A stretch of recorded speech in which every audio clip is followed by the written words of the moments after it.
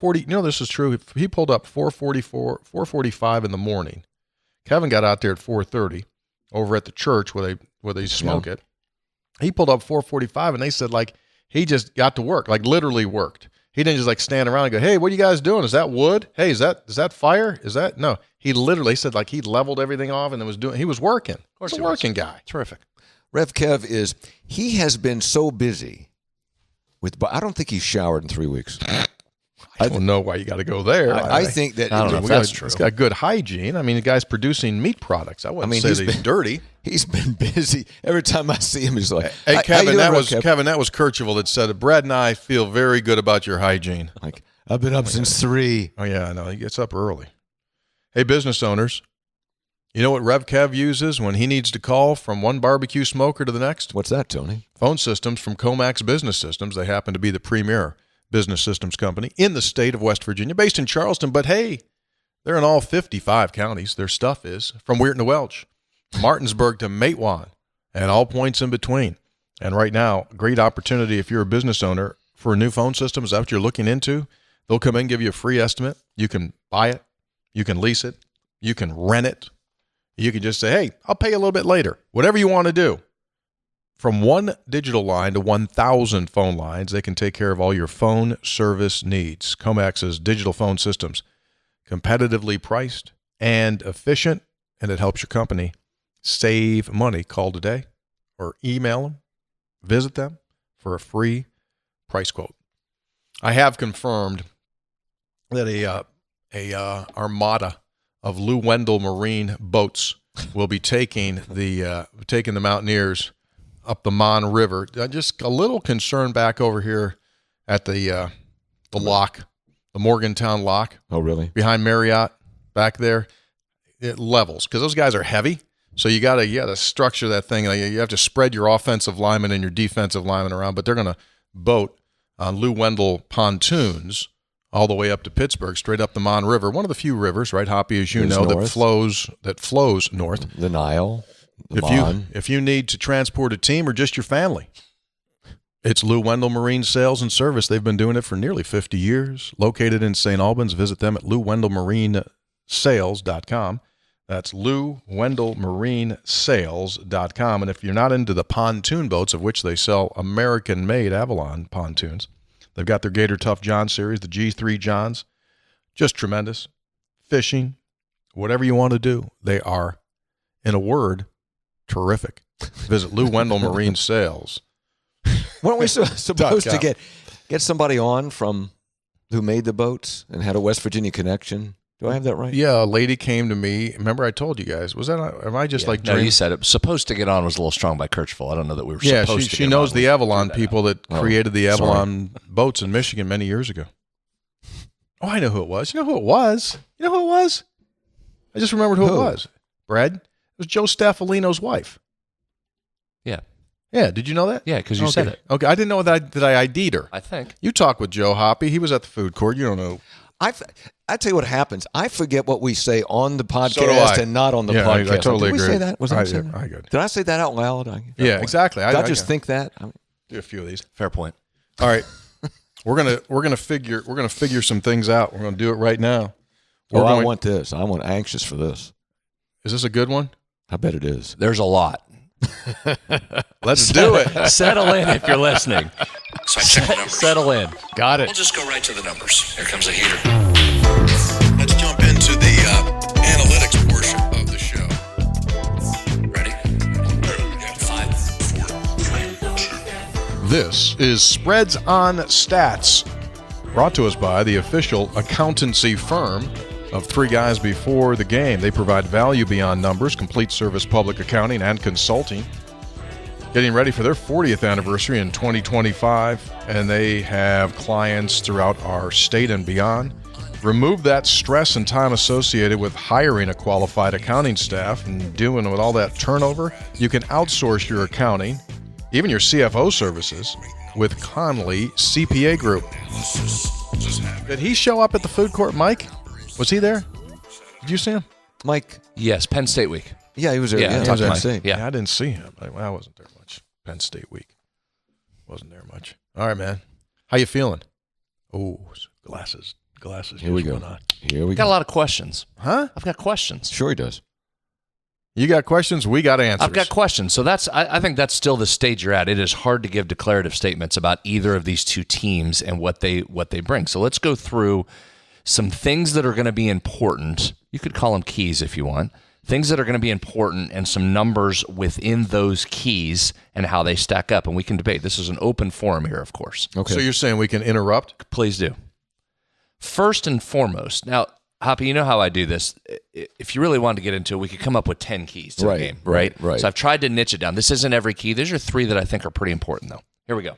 Number 1, can West Virginia not only handle, but exploit Pitt's pressure and aggressive defense? Elaborate. What's Pitt want to do on defense every year under Narduzzi? What do they do? In football terminology, What do they do? want to pin their ears back. That's what they like to say. Do they come in? They want to come and get you? They do. Pitt blitz 60% of the snaps versus Cincinnati. Holy cow. What do those defensive backs do from Pitt? They turn. Step on your they step on your shoes. What are they like? They're like hyenas.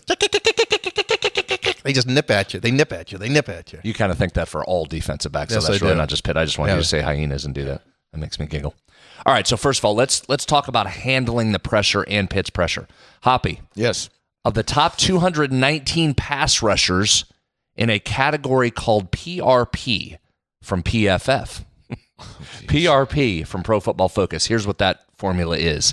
It combines sacks, hits, and hurries relative to how many times that player rushes the passer. Okay? All right. So of the top 219 individuals in college football, there's 5 different Pitt players that are in that group.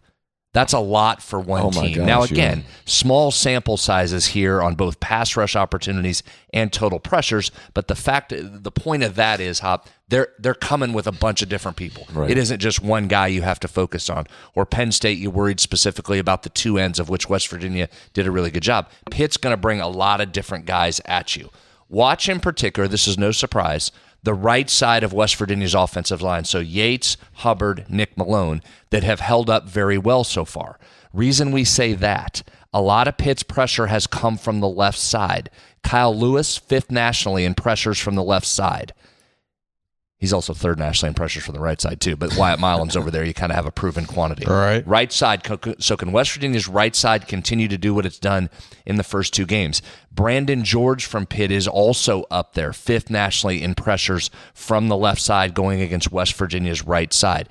So first and foremost, can West Virginia handle the pressure, Hop? Can they match it up? Can Traylon Davis help? Do you need to chip with a running back? They're going to bring guys. So handling it is number 1. Now, you would think West Virginia would be a difficult or a more difficult matchup for Pitt's aggression in this game because why? Garrett Green. Yeah, they don't just sit and drop back on passes very often. This is different than a quarterback that's just going to drop back.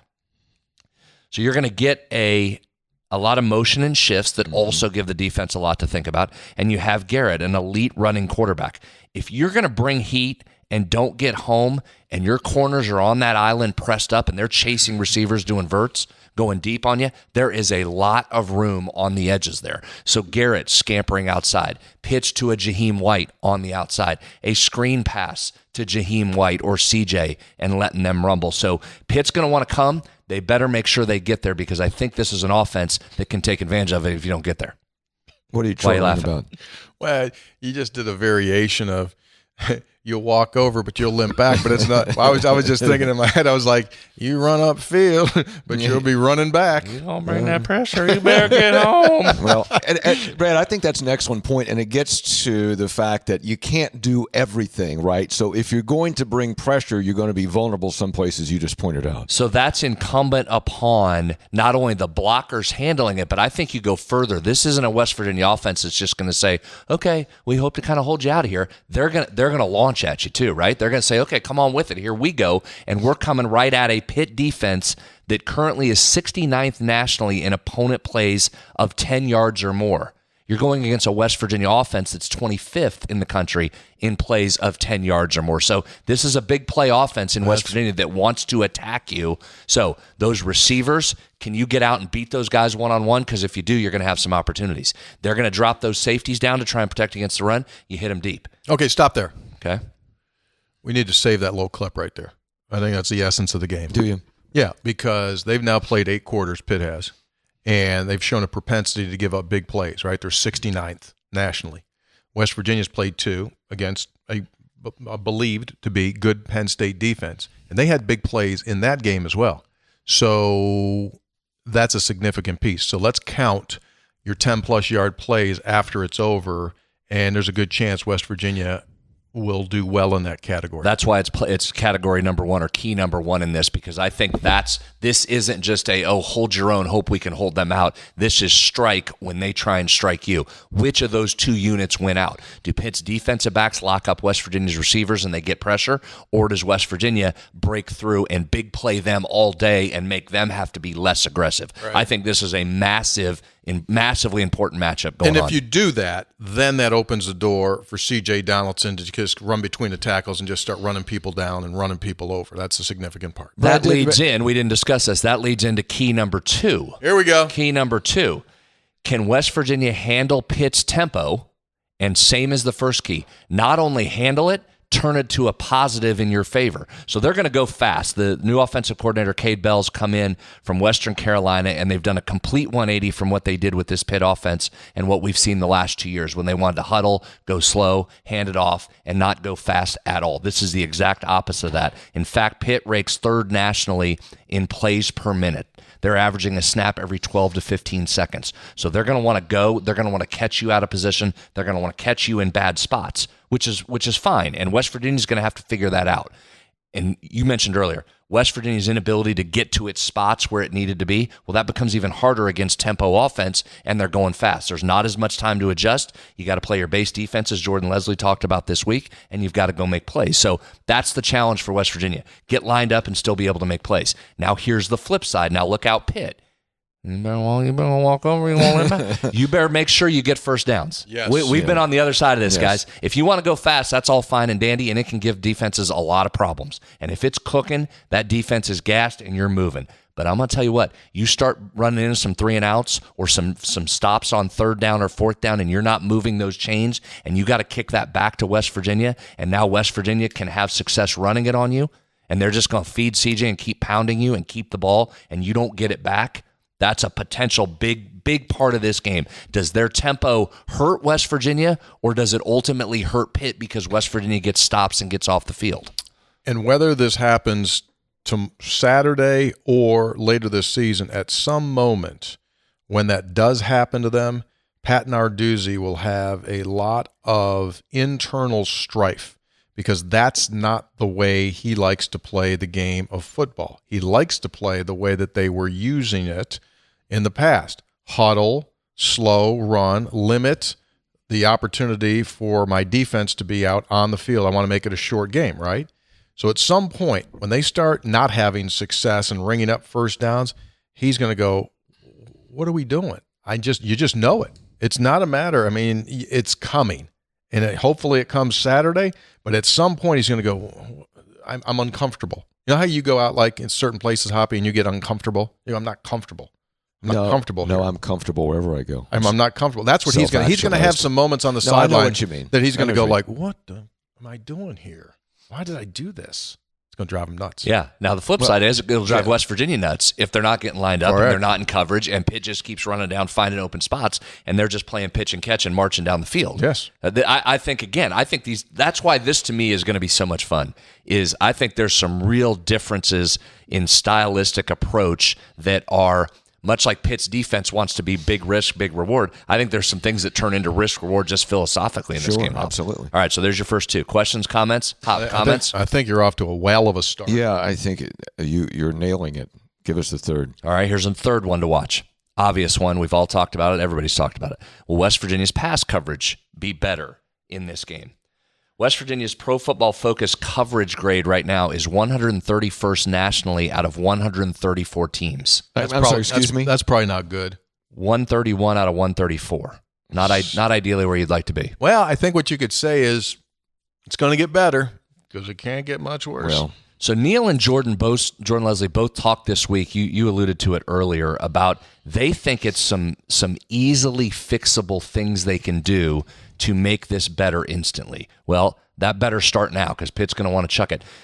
And here's 2 things to watch here.